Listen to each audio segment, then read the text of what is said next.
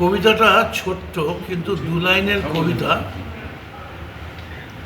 জীবন মরণ সাঁকোর সামনে, জীবন মরণ সাঁকোর সামনে, বয়স এখন দাঁড়িয়ে। জীবন মরণ সাঁকোর সামনে, বয়স এখন দাঁড়িয়ে।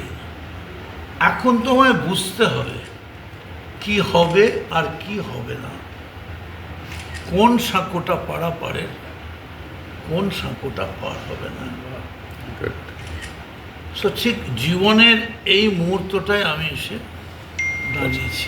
বন্ধু, একটাই প্রশ্ন, 21শে জুলাই আপনি কোন মঞ্চে থাকবেন? তার আগে যেটা আছে, এখনো অবধি ভারতবর্ষের যে রাজনৈতিক দলগুলোর যে চিন্তাধারা বা মানচিত্র বা সিইও সবকটাতেই কিন্তু ওই এআইটিসি লেখা আছে, অল ইন্ডিয়া তৃণমূল কংগ্রেস। আপনি কোনটায় থাকবেন? তার মধ্যে আবার দুটো ভাগ হয়েছে। আমি মমতা বন্দ্যোপাধ্যায়ের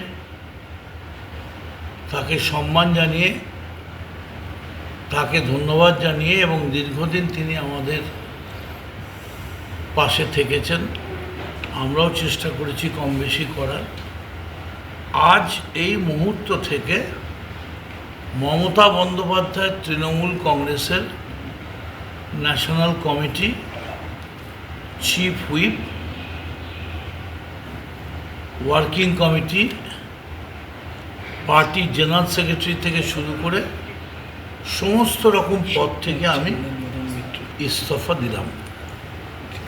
আমাকে আজ থেকে, আমি তৃণমূলে ছিলাম, তৃণমূলেই রইলাম, শুধু আমি এই ঘর থেকে ওই ঘরে গেলাম।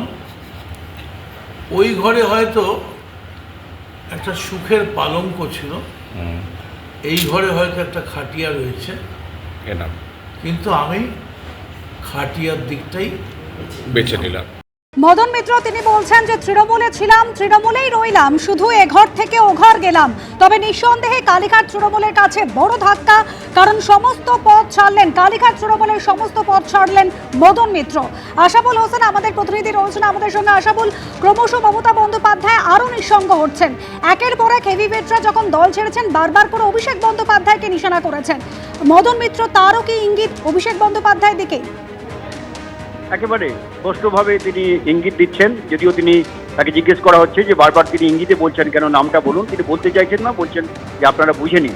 তারও কিন্তু নিশানা অভিষেক বন্দ্যোপাধ্যায়, এবং তিনি বলছেন যে তিনি দলের সর্বোচ্চ নেতৃত্বের কাছে তাকে সরানোর ব্যাপারে তারা অনুনয় বিনয় করেছিলেন, কিন্তু কিছুতেই তিনি সেই ব্যাপারে কর্ণপাত করছেন না, এবং সেই কারণেই যে মূলত তিনি এই কারণেই ঋতব্রত শিবিরে যোগ দিচ্ছেন, এটা তিনি স্পষ্ট করছেন।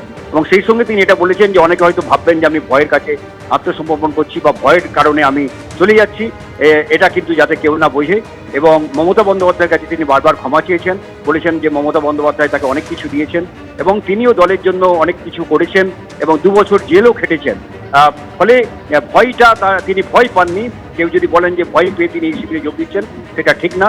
তিনি তার নিশানা কিন্তু অভিষেক বন্দ্যোপাধ্যায়ের দিকে, যে দলের সর্বোচ্চ নেতৃত্বের কাছে বারবার অনেকেই বলেছিলেন যাতে তাকে সরিয়ে দেওয়া হয়, এবং সরিয়ে দিলেই দলটা অটুট থাকবে, কিন্তু সেই কথায় তিনি কান দেননি, এবং সেই কারণেই তিনি যে আজকে এই শিবিরে যোগ দিতে বাধ্য হচ্ছেন, এই বার্তাই মদন মিত্র কিন্তু দেওয়ার চেষ্টা করেছেন।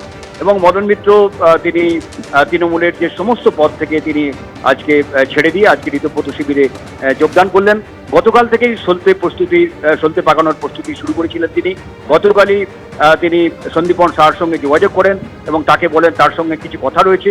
তখন সন্দীপন শাহ বলেন যে ফোনে কোনো কথা হবে না, যা হবে একেবারে, তারা বারবার বলছেন যে তারা একটা কালেকটিভ এফোর্ট নিচ্ছেন, সবার সঙ্গে বসে কথা হবে। এবং সেই মতো আজকে 1:30টার সময় তাকে টাইম দেওয়া হয়েছিল মদন মিত্রকে, এবং আগেই এখানে ঋতব্রত বন্দ্যোপাধ্যায় সহ তাদের যে মুখ্য সচেতক আখরুজ জামান সহ অন্যান্য নেতারা তারা বিধানসভায় যে বিরোধী দলনেতার ঘরে সেখানে উপস্থিত ছিলেন।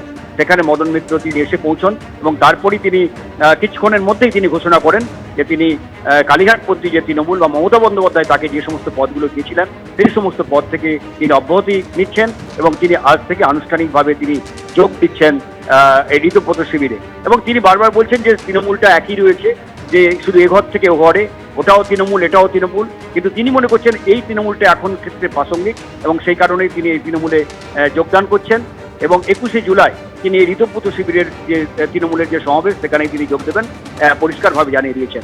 এবং তুমি যেটা বলছিলে যে একে একে যে মমতা বন্দ্যোপাধ্যায়ের বহু পুরনো দিনের সঙ্গী তারা কিন্তু এই ঋতব্রত শিবিরে যোগদান করছেন এবং অবশ্যই মদন মিত্রের এই যোগদান কিন্তু একটা মমতা বন্দ্যোপাধ্যায়ের কাছে অবশ্যই একটা বড় আঘাত। কারণ মদন মিত্র তৃণমূলের একেবারে প্রথম দিনের মমতা বন্দ্যোপাধ্যায়ের সঙ্গী বলা যেতে পারে, সেই 1998 সালে তৃণমূলের জন্মলগ্ন থেকে। এবং মমতা বন্দ্যোপাধ্যায় মদন মিত্রের প্রতি একটা আলাদা রকম দুর্বলতা স্নেহ ছিল একটা। এবং তুমি দেখেছো যে মদন মিত্র যখন জেলে গেছিলেন, মদন মিত্রের জন্য মমতা বন্দ্যোপাধ্যায় পথেও নেমেছিলেন, সেটাও আমরা দেখেছি বারবার। এবং আজকেও মদন মিত্র কিন্তু বারবার বলেছেন যে মমতা বন্দ্যোপাধ্যায়ের কাছে তিনি ক্ষমা চাইছেন এবং তিনি বাধ্য হয়ে এক প্রকার, কারণ তাদের কথায় কোনো কান দেওয়া হয়নি এবং সেই কারণেই তিনি আজকে এই শিবিরে যোগদান করছেন এবং দলের যে মমতা বন্দ্যোপাধ্যায় তাকে যে সমস্ত পদ একেবারে সমস্ত পদ ছাড়লেন মদন মিত্র। আশা করি সঙ্গে থাকুন। है ना, ये सही है, हम तृणमूल का एमएलए है, लेकिन तृणमूल का हम एमएलए नहीं बल्कि हम बंगाल की एमएलए हैं, मेंबर ऑफ लेजिस्लेटिव असेंबली। और वो भी हम तृणमूल को छोड़ दिया सब कुछ, इसका माने ये है हम तृणमूल का एमएलए अभी नहीं है।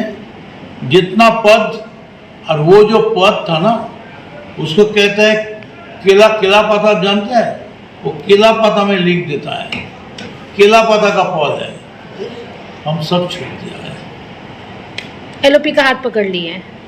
पढ़े एलओपी का हाथ पकड़ लिए हैं। बैठे हैं उसका बगल में,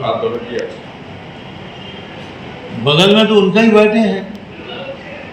इतना हमारा सारे साथी दोस्त लोग हैं, लेकिन बड़ी दुख की बात, जब इतिहास रचित होगा हमारा बंगाल की इस टाइम का, तो ये रचना होगा एक आदमी के लिए। एक तो पूरा पार्टी 213 जिसको सीट मिला था उसको 70। एबीपी आनंद एगिए थाके एगिए राखे।